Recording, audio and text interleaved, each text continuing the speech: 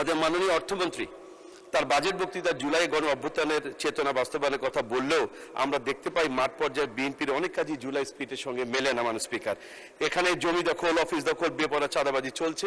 জুলাই স্পিরিটের বিরুদ্ধে বিএনপি যা করছে তার মধ্যে উল্লেখযোগ্য হলো যে ইতিমধ্যে তারা 56টি উপজেলায় জেলা পরিষদের প্রশাসকের নামে অগণতান্ত্রিকভাবে নির্বাচনে পরাজিত কিছু ব্যক্তিদেরকে তারা দায়িত্ব দিয়েছে।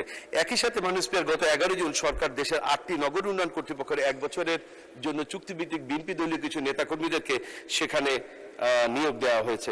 তাহলে জুলাই স্পিরিটের যে মূল চেতনা ছিল রাষ্ট্র সংস্কার, রাষ্ট্র মেরামতের, সেই চেতনা কোথায়?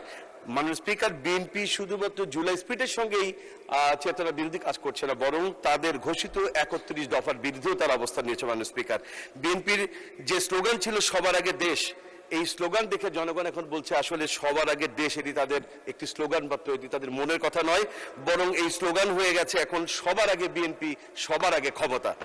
মাননীয় স্পিকার, আমরা দেখতে পাচ্ছি যে সরকার দলীয় সংসদ সদস্যগণ যেভাবে বাজেট বরাদ্দ পাচ্ছেন, যেভাবে তারা সরকারের বিভিন্ন দপ্তর থেকে বরাদ্দ পাচ্ছেন, আমরা যারা বিরোধী দলীয় সংসদ সদস্য আছে আমাদেরকে সেই বরাদ্দ থেকে বঞ্চিত করা হচ্ছে। মাননীয় স্পিকার, বিনিয়োগের শুল্ক ছাড় কিংবা প্রণোদনার ওয়াদা দিলেও বিনিয়োগ আসার সম্ভাবনা তৈরি হবে না যদি আইন শৃঙ্খলা ব্যবসা বান্ধব পরিস্থিতি তৈরি না হয়। আমরা অতি সম্প্রতি ইসলামী ব্যাংক বাংলাদেশ পিএলসির সাথে সরকারের যে আচরণ দেখেছি তাতে সুস্পষ্ট বোঝা যায় সরকার ব্যবসা বান্ধব কোনো পরিবেশ সৃষ্টি করতে হয়তো চায় না।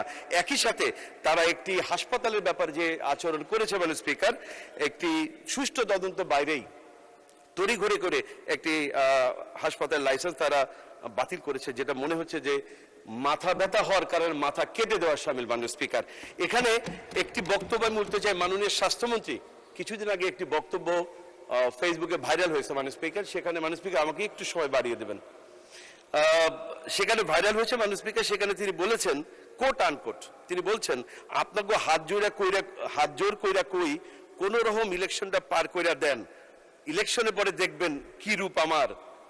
তিনি একটি শব্দ বলেছেন, তিনি বলেছেন জাউরা রূপ দেখবেন আমার। মাননীয় স্পিকার, এটা হয়তো অসংসদীয়, এই জন্য আমি এটা বললাম না। যে 1 মিনিট সময় বাড়ানো হলো। থ্যাংক ইউ মাননীয় স্পিকার, 1 মিনিট, ধন্যবাদ।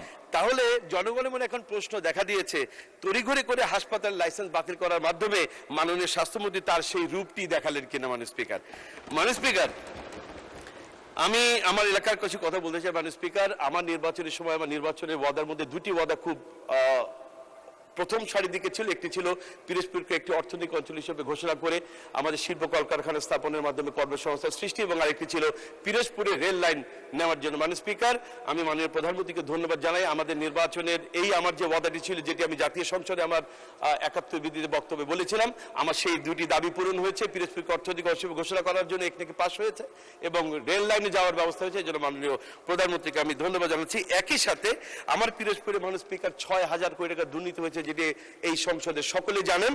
আমার এই 6000 কোটি টাকার কারণে বিগত 2 বছরে আমাদের পিরোজপুরে উন্নয়নমূলক কাজ হয়নি। আমাদের পিরোজপুর